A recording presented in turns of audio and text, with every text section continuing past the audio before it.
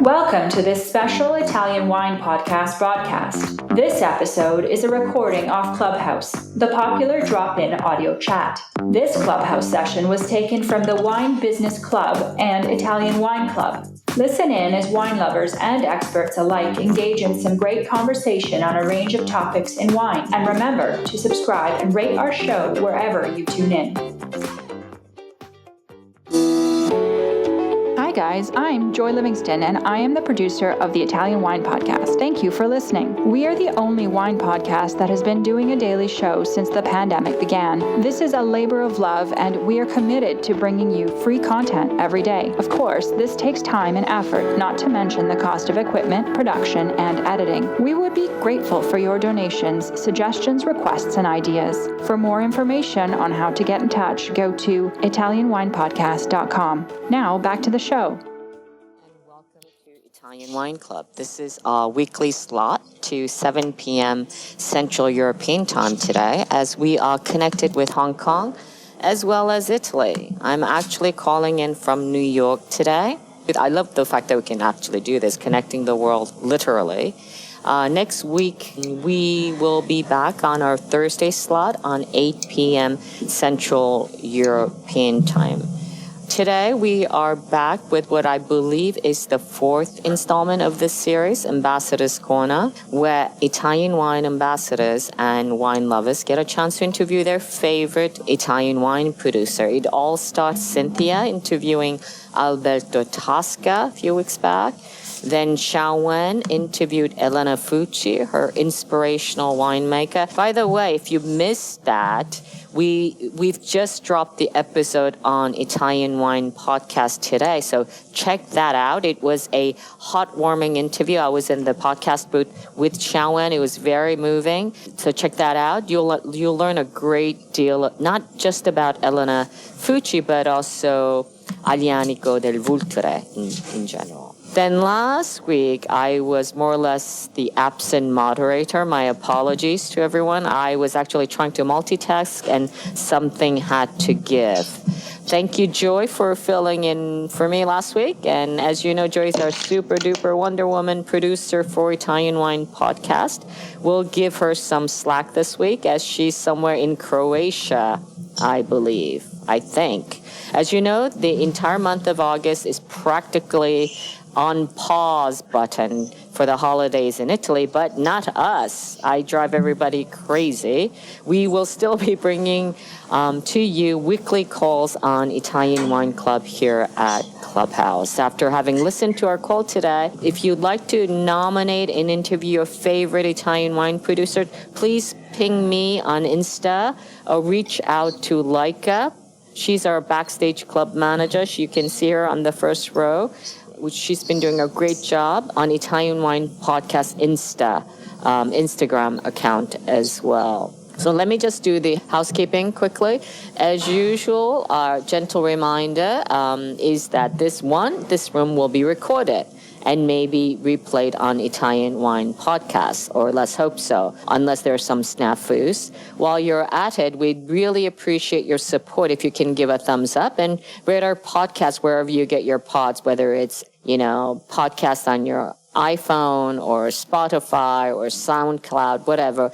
And if you'd like to make a small donation, because this is a labor of love, everyone is working very hard for this, even better. We've got 2 moderators today, or shall I say 2 ambassadors. I'm very pleased to present to you our guest moderators. For our call today, Alice Wong, our what I call Fedelissima Vinitaly International Academy ambassador from Hong Kong. She's an incredibly talented and smart woman in the wine world. Alice is a wine educator, wine writer, judge, and consultant, and a brave soul. She even managed to get herself to Italy in June. Of course, there was a small snafu with the tests, etc. She was quarantined when she was back. Just very, very dedicated to the Italian wine community, and we are really grateful for that. She also manages wine events. Now she has become she became an ambassador in 2018, and she is primarily based in Hong Kong. So she works with many Italian government bodies to promote Italian wines in Hong Kong. And I believe she had worked for the consortium of Alto Adige. She was their ambassador as well. And also, she received the Hong Kong Living Influence Award in 2020 for her achievement in the food and beverage industry. So very lucky to have her in our community and our call today. Alan Kwok, her co-moderator, has a doctorate in chemistry, but on his bio, he prefers to drink wines with little chemical additives. I don't know what that means. I suppose he will explain that to us later as we get it into the conversation. He's currently the Master of Knights of Alba of Hong Kong delegation. So I guess, does this mean you've taken over for JC, I suppose? Yes. Yeah, okay, great. Congratulations. And the latest addition to the Italian Wine Ambassador certification, certified bona fide ambassador from Hong Kong. So, okay, on to you, Alice and Alan, and I will now shut up. Hello, Stevie. Good to hear from you. I hope you're having a good time in New York. Actually, Let me get started. I'm in isolation because I saw my nephew Monday, and they were both vaccinated. They're twins, and they tested positive. So I'm on day 3. I actually will go do my PCR because on day 3 you're supposed to do it. I'm asymptomatic, but I've been isolated. So I'm in New York and doing a lot of Zoom calls. Oh, goodness. I hope you're feeling okay, and I hope the vaccination helped. Yeah, I'm fine, but it's crazy, this Delta variant. So take it away, Alice. All right, Stevie. So let me get started. When we first hear that the Italian Wine Clubhouse is doing this Ambassador's Corner and asked us to invite us to choose a producer to interview, Ellen and I both first think about Stef.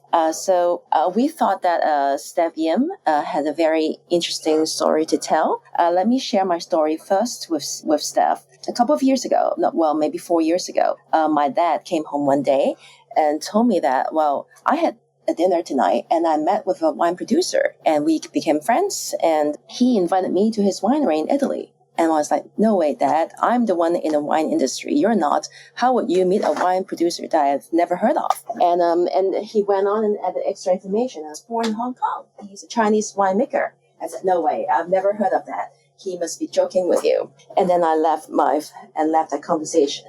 And a few months later, I went through other friends who told me the same story, and that's when I realized it was true. And I found it interesting because over the years when I've known Stef, every so often we will come across the same story that people wouldn't believe that there is a Chinese winemaker in Italy. And so we thought it was quite a brave thing to do. And I imagined how the things he had to come across and overcome to be successful in promoting his winery. Just like when I teach Italian wines, sometimes I would come across Italian students, and I got a feeling that they must be thinking, who am I to teach them Italian wines when I'm Chinese and very Italian? So we thought it must be a very interesting story to listen to from Stef, how he overcome the cultural differences, being a foreigner, so to speak, in Italy, and become so successful these days with all his wine portfolio in Italy. I don't think he understand or speak Italian that much when he first moved to Sicily. So that was the reason that we chose Stef today to be our guest, because we want to listen not only to his philosophy in winemaking, but also the interesting story of how he overcome all these things and differences to do well in his business. And let's Alan introduce more detail about Stef's winery. So hi everyone, bonjour. So Stef actually was born in Hong Kong, and then he moved to LA to work as a sommelier.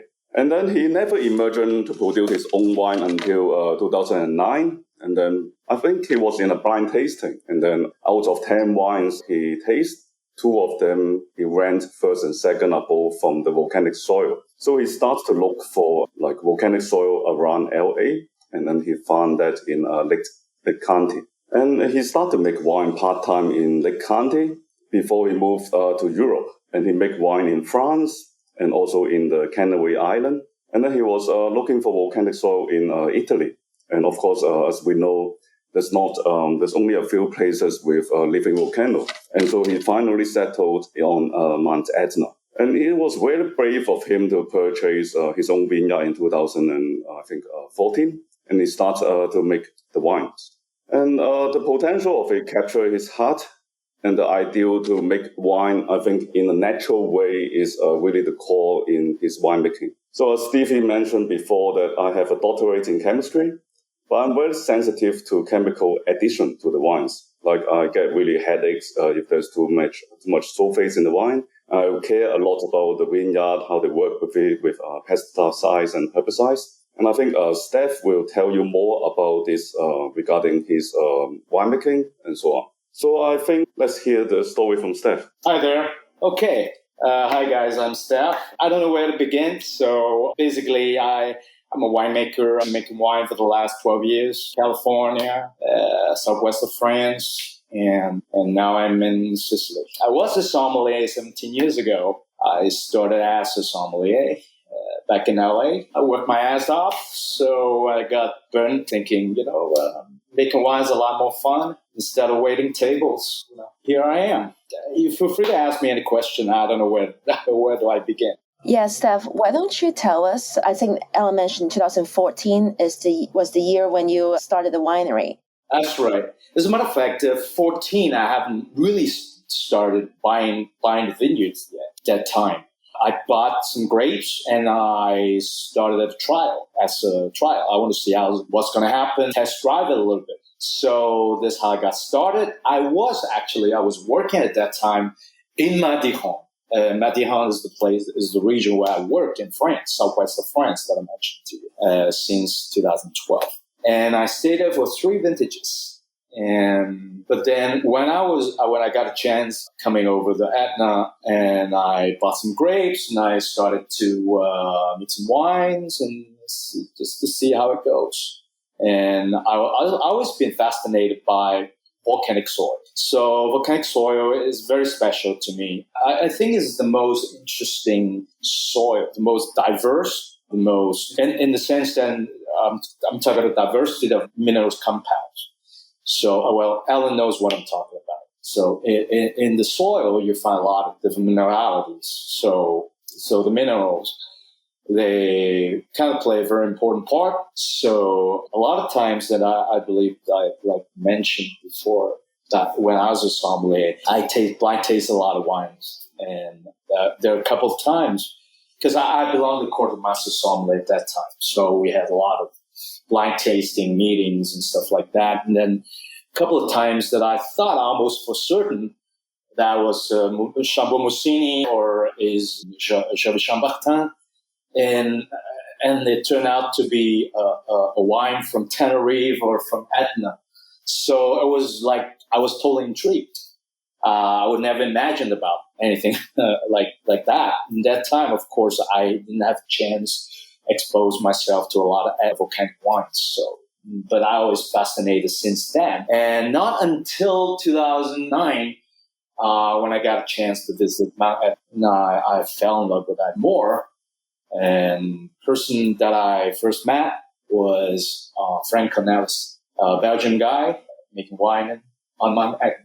So that was a turning page for me. It really opened my eyes. Yeah. So and then a few years later, I was working in France just for a winery. I wasn't the owner. I wasn't the person in control. I was just working there. And people tell me what to do. At that time, I was still learning a lot of stuff, and I was trying to, pick up gain more experience into winemaking. So a couple of years later, in France, I decided, you know what? I kind of know a lot at that time. I thought I know a lot, but of course, I'm still learning and understanding a lot of things. But at that time, I had that moment, I really want to have a vineyard for myself where I can do whatever experiments that I want. So because when I was working there, I was not allowed to experiment a lot of stuff. I was just doing the stuff I was told. So having a vineyard by myself, it gives me the freedom of making a lot of experiments and really a lot of trial and errors that I believe that's what I wanted at that time. So once after I finished the job, I decided this is I got to find my own vineyard.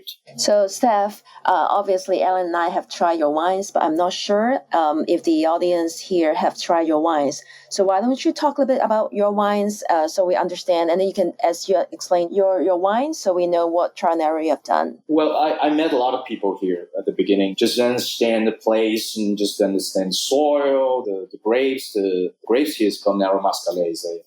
For the white, it's called Carcante and Catarato, and there are a lot of white indigenous grapes. I pick up from people who have been here for a long time. I try to listen to what I try to observe what they're doing, and for the first couple of years, first 2 or 3 years, because making wine in France is totally different than making wine in Sicily. The climate and everything, the soil, the practice, the traditions, it's different. The training is different. So basically, I have to learn a lot from scratch.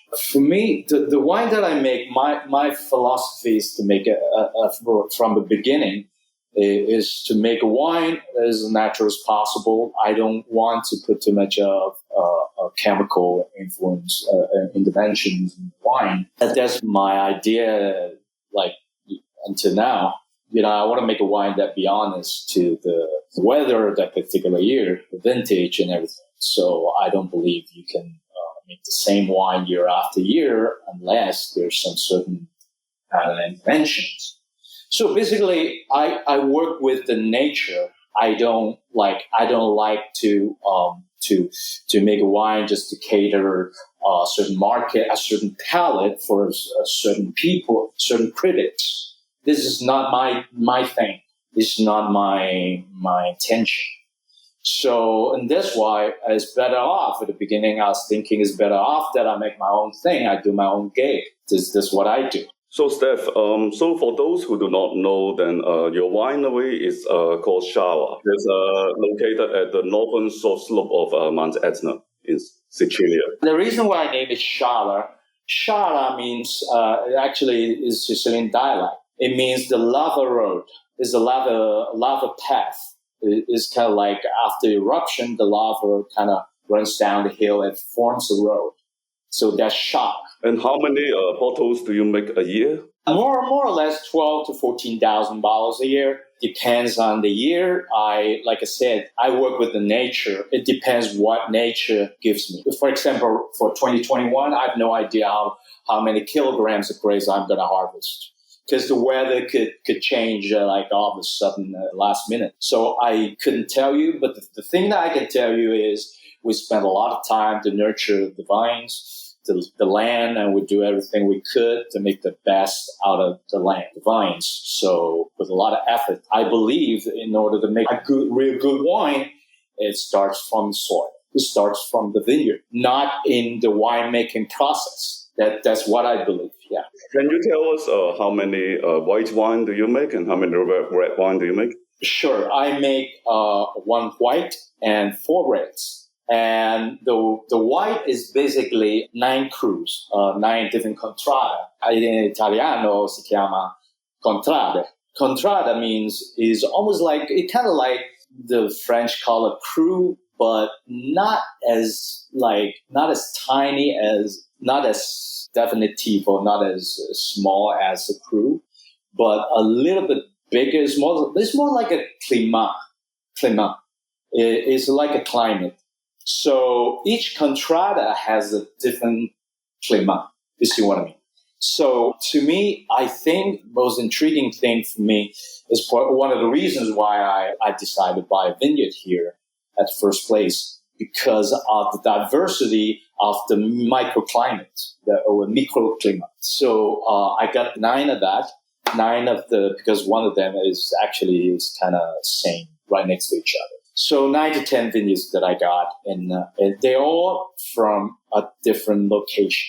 So you have some of the most famous Contrada on Etna, like Taccione, Shavanova, Freddo di Mestro, Monte Dolce, and so on.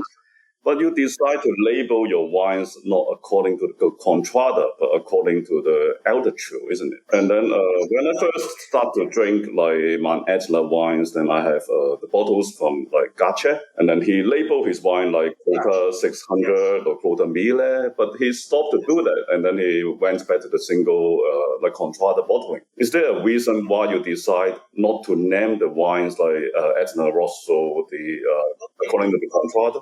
Okay, yeah, it's a good question. It's a very good question. Because my vision, because different people, they have different focus. I think Gracchi more focused on the vineyard, a single vineyard, but I think that's maybe a little more easy to understand for a lot of people, because the single vineyard is a general practice in Barolo, Burgundy, and all these places. But to me, as a matter of fact, up until 2017, I do make all the wines by single vineyards.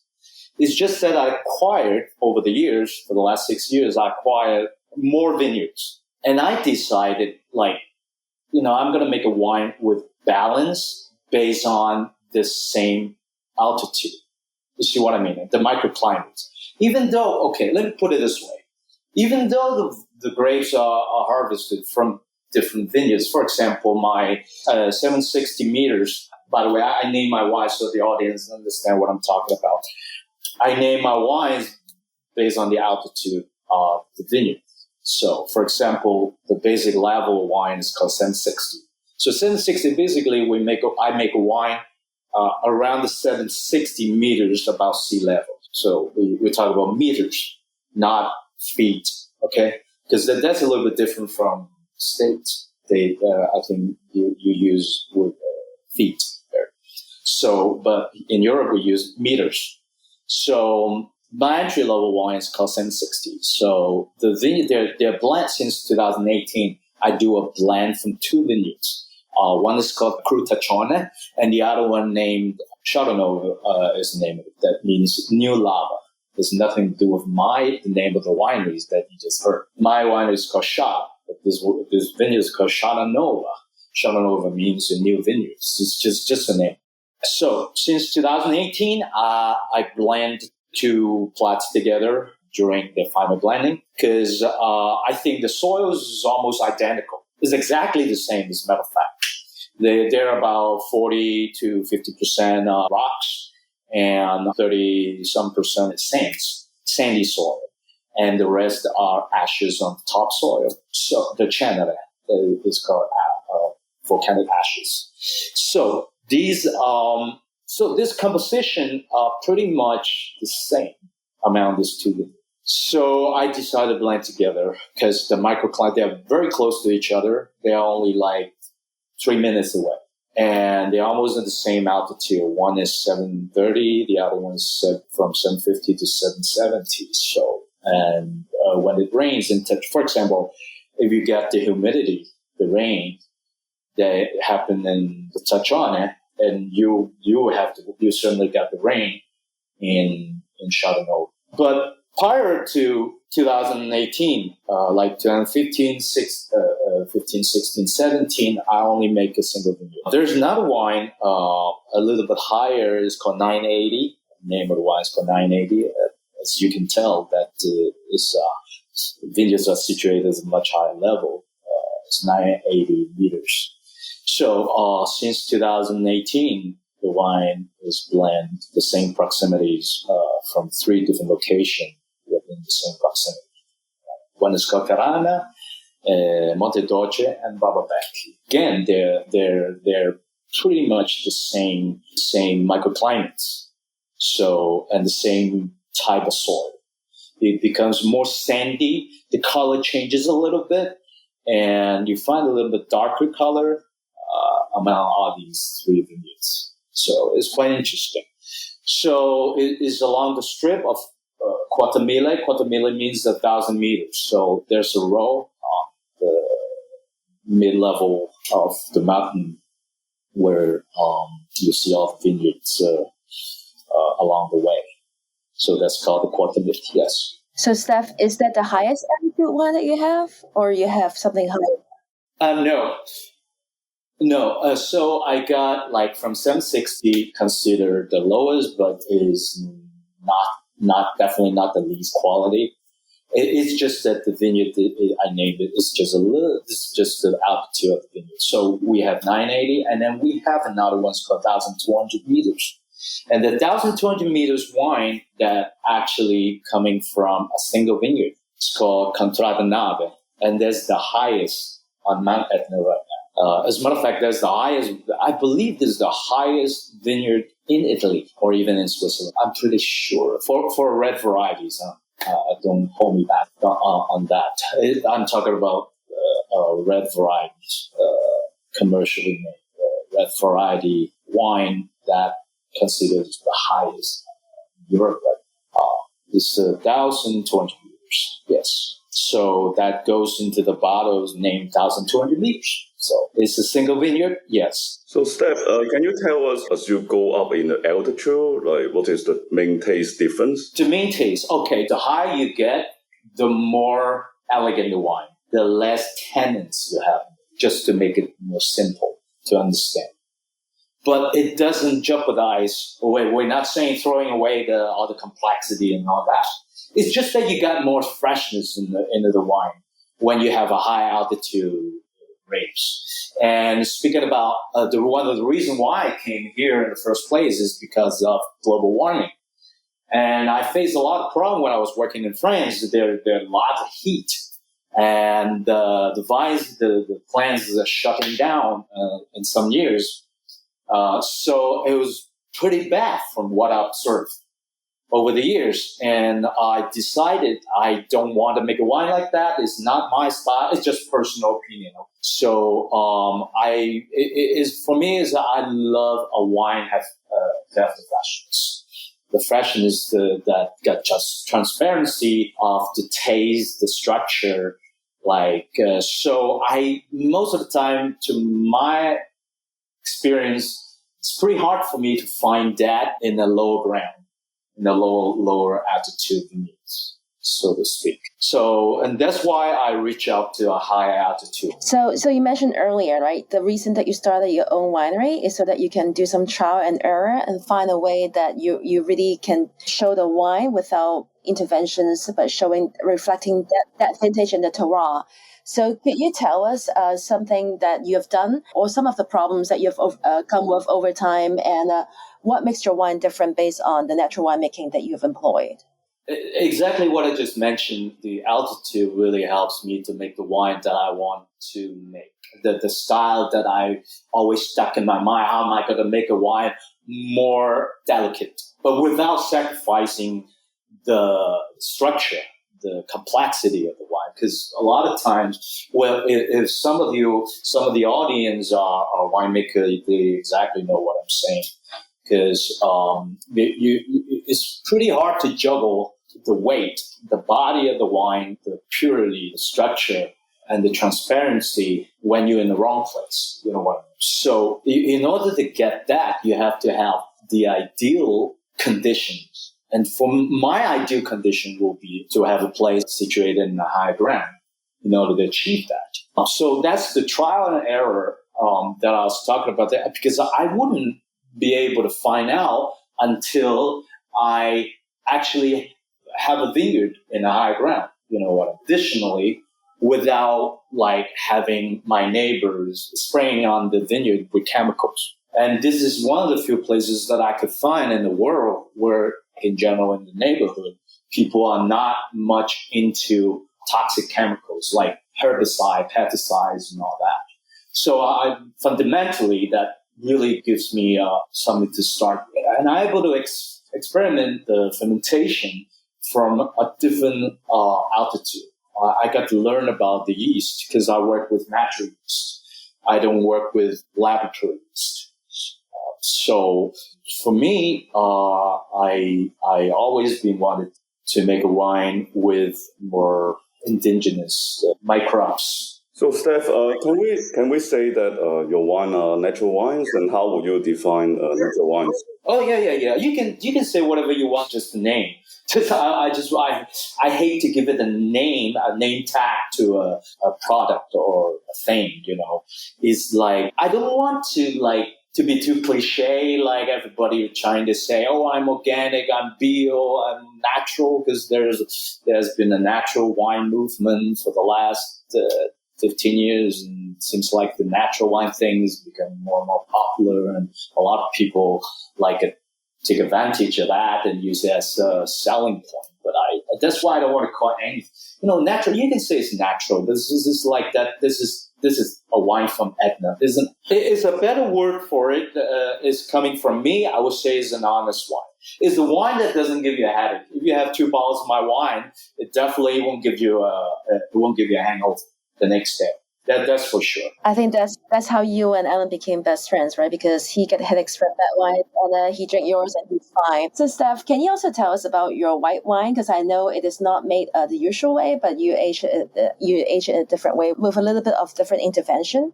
Yes. There's almost no interventions at all, and basically, like I said, I like to play around with things and experiment quite a lot. And the white wine was my very first attempt. As a matter of fact, for the last 12 years, I only been making red wines. I never made a white wine in my life until 2018. Believe it or not. It's a shame to say that, but it's just that I don't want to make a white wine until when I was ready. When I first settled down here, I got a lot of chance to pick the white grapes, but instead I decided not to do it in the early stage because I knew that at that time I wasn't ready. I don't want to just make a wine because I have to make a white wine because everybody else got a white wine. I want to make a white wine when I'm sure, when I kind of know what I'm doing, when I kind of know which direction I'm going, when I kind of know the blueprint of the wine that I want to make. So this is the way that I do things. So that's why I didn't make any white wine. But your white wine is a blend of Cavalcante and Colorado, isn't it? But then we see in the market, like a lot of people market pure 100% Cavalcante. It's almost always more expensive than blend. And then you always, like, what is your take on that? Well, I'm more like a pro-blend guy in terms of the Etna Bianco. I don't like, this is just my own palate. Actually, what does each grape variety give to the wine?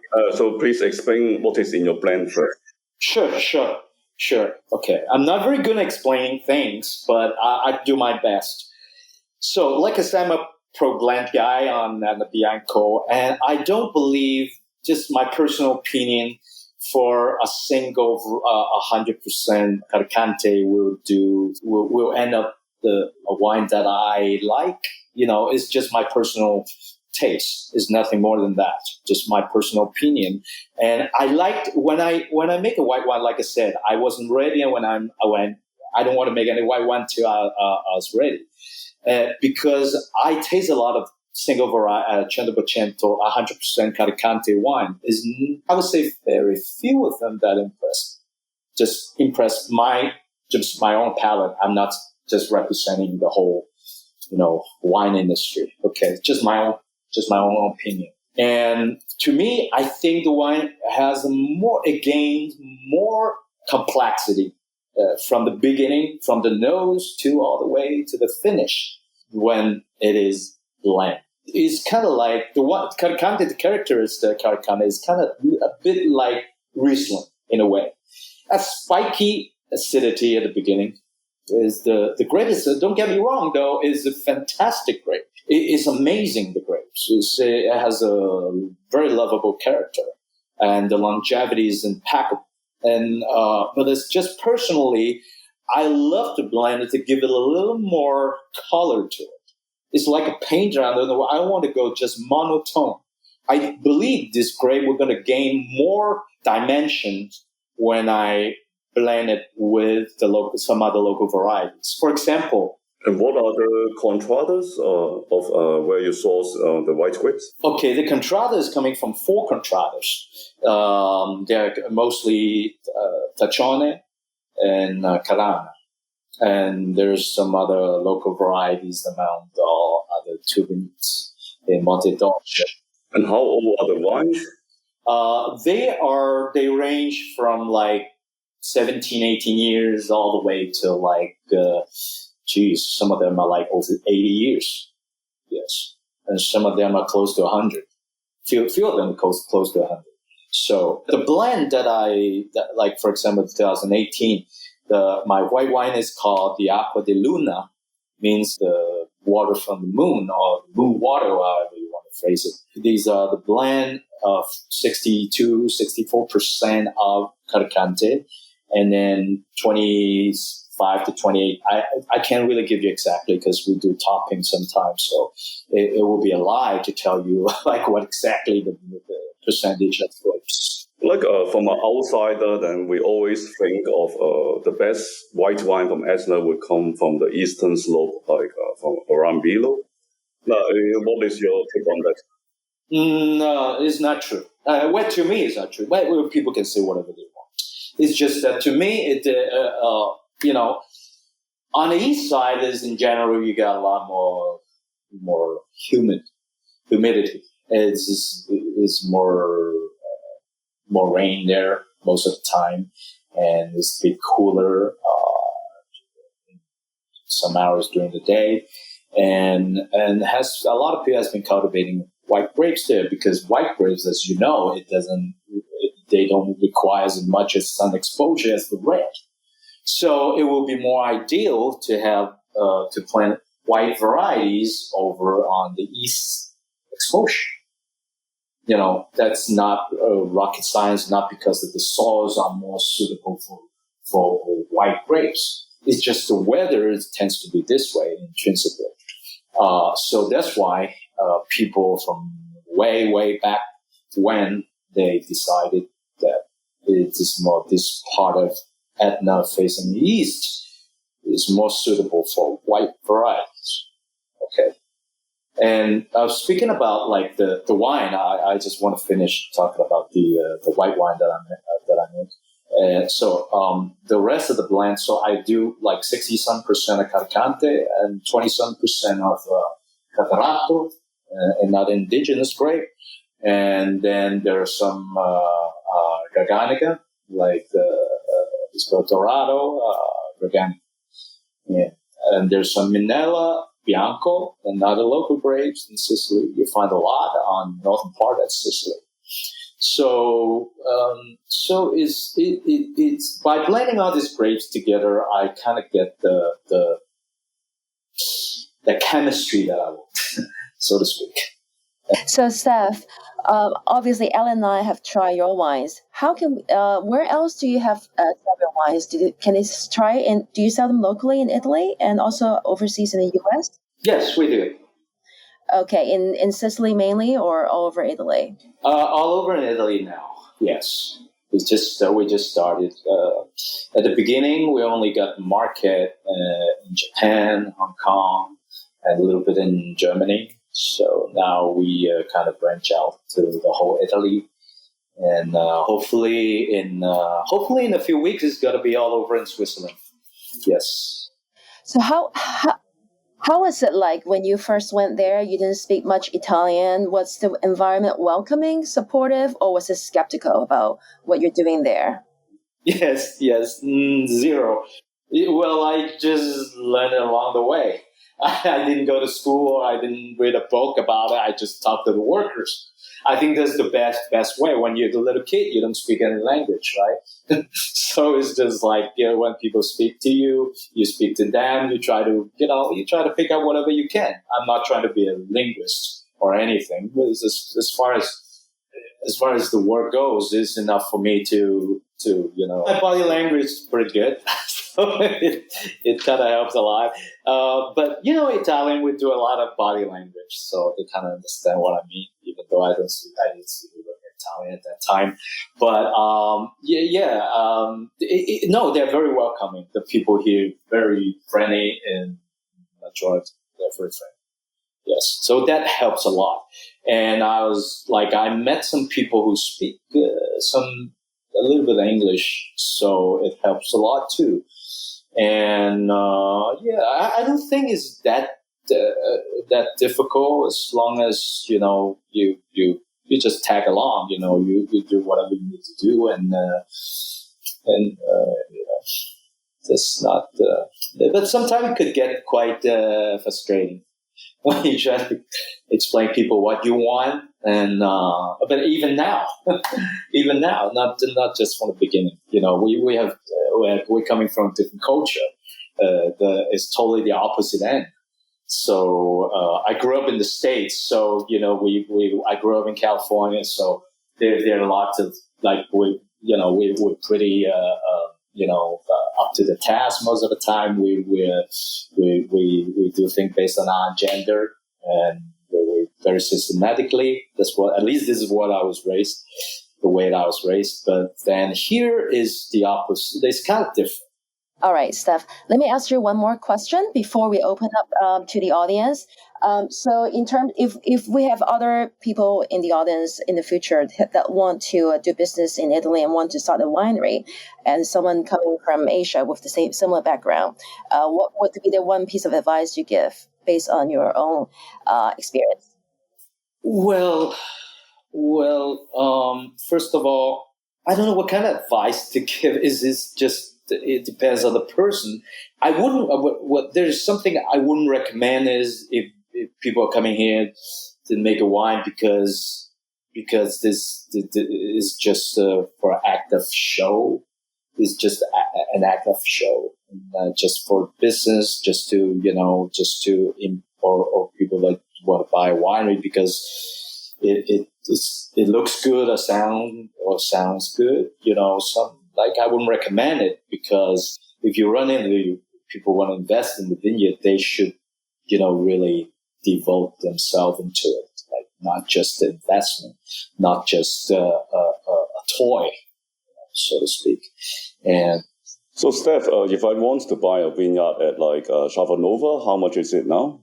Oh no, right now is nothing available as far as I know, and I don't know what's the price right now. To be honest with you, I bought it 5 years ago, and it was relatively cheap at that time. But maybe right now is over 250,000 a hectare, more or less 250,000 a hectare right now. Yeah. Okay, let's take some questions from the audience if there's any. We have two guests who like to ask questions.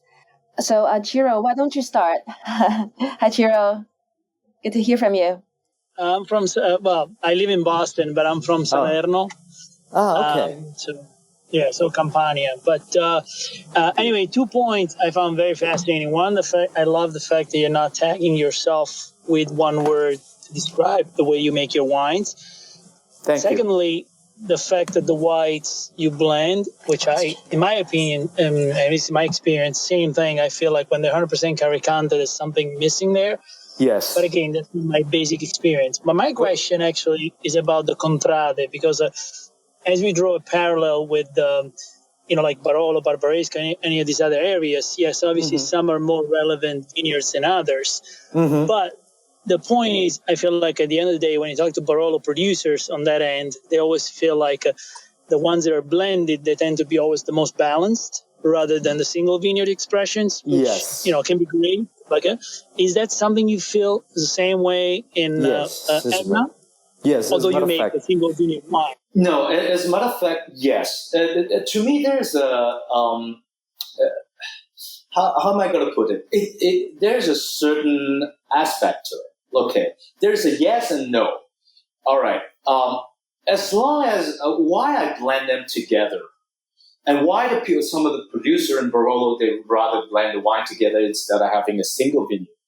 And I believe, based on my experience, because we have this. As long as it's the same soil, as long as you're able to find that how many vineyards you're gonna, any particella, any parcel from different area you're going to blend together. As long as the soil are the same, To me, because if your soil is different, like for example, let me point out a very good example. For the 760 vineyard, it's called Taccione. This piece of land has a lot of rocks. It contains like almost 50% of rocks in the soil. And the rocks in general, it helps the water with less retention. So after the rain in general, the land tends to be more dry. And it tends that, and the rocks, the volcanic rocks act as a heater, as absorbents during the day from the heat, and it releases the heat during the night. So it's kind of like a heater, like a vector that absorbs the heat during the day. And this kind of soil, kind of similar to the rocks over in Chateauneuf du Pape. And I wouldn't like to blend this kind of wine because this kind of wine in general you will have more supplements. It tends to develop more tannins into the wine. So I wouldn't want to blend this wine with a wine with the more sabbioso, a more sandy soil.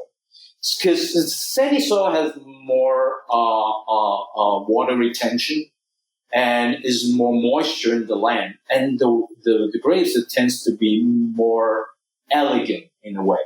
So if you blend that, it's like a crash. It doesn't really work. It's like a yang or yin. Like the two things doesn't really collide together. You know what I mean? Like they don't really has the harmony when they're together. That's just my trial and error. That's what I understand. I'm Laika. All right, so for me, I have a question. First of all, I'm so happy to be able to talk to you. Yeah, so I'm kind of curious, like, what have you learned about the changing consumer taste in wine, and are you developing better wines to adapt to their taste?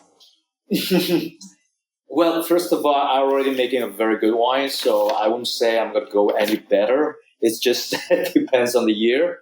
And like I said, I'm making an honest wine, and I just do whatever I can to make the best out of the year, what God has been given in that particular. So sometimes, to me, I already started in a very very advanced, I didn't just come here to making wine to learn about how to make a better wine. It's just that I already got a blueprint in my mind how things are gonna go. It's just that I have to adapt to that tradition, the way they work here, the way they work in the vineyard, because like 90% of my 80 to 85, I wouldn't say 90.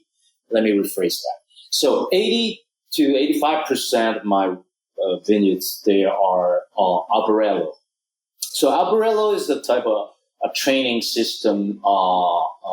In France, I think they call it the Goblet.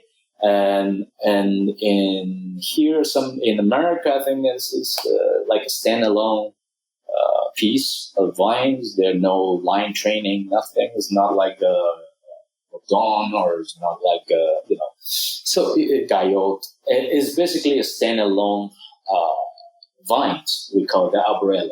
So these, I have to learn the pruning from scratch. That's the only thing that I have to really to pick up, to learn how am I going to prune, because pruning is the most important work. It's one of the most important works in winemaking, in viticulture, because this is the time how you control your yield. This is the time how you control a lot of things. I don't want to go deep into technicals, but so to answer your question,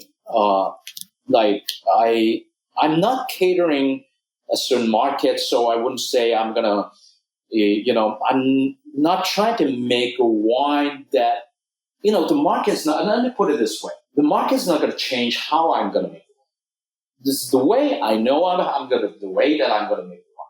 I knew it right from the beginning. I just have to prove it. I just have to experiment.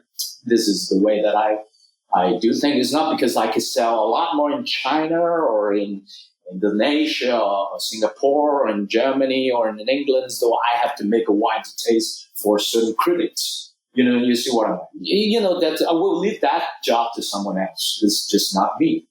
And it's not my gig. It's just that I'm doing a wine that will speak for itself. The originality is very important. Every single year, I'm thinking about how am I going to tell the story of this particular year of the vintage. This is what I care for. I don't care anybody else. I don't care the score. I don't care what. As long as you taste my wine, you know the wine's from Mount Etna. It's not from Toscana. It doesn't taste like Chianti or Super Tuscan because a lot of people enjoy that kind of palate that may be for a certain region, for a certain market. But it's just that I would rather do like what I want to tell the story. I want to introduce to people what really Etna tastes like. So thank you, Stef. So I think let's call it a night, and really thank you. And it's a really fascinating story. And we look forward to drinking more vintages and see how your wines develop. Yeah, thank you very much, guys. Happy to hear. It's my honor and to hear from you again. Thank you, Stevie. I appreciate your job and your effort put into that. And thank you very much for Leica helping me to go through all that technical trouble earlier. Grazie. I have the diehards online, so I just want to remind you that I've published the next few episodes of the Italian Wine Club, especially the Ambassador's Corner. So coming up, I see Paul. I did see Paul Bologna. He's up next week. Massimiliano Brambilla. And then the week after that, on the 19th, we have Gianluca Quirolli with Stefano Chiarlo.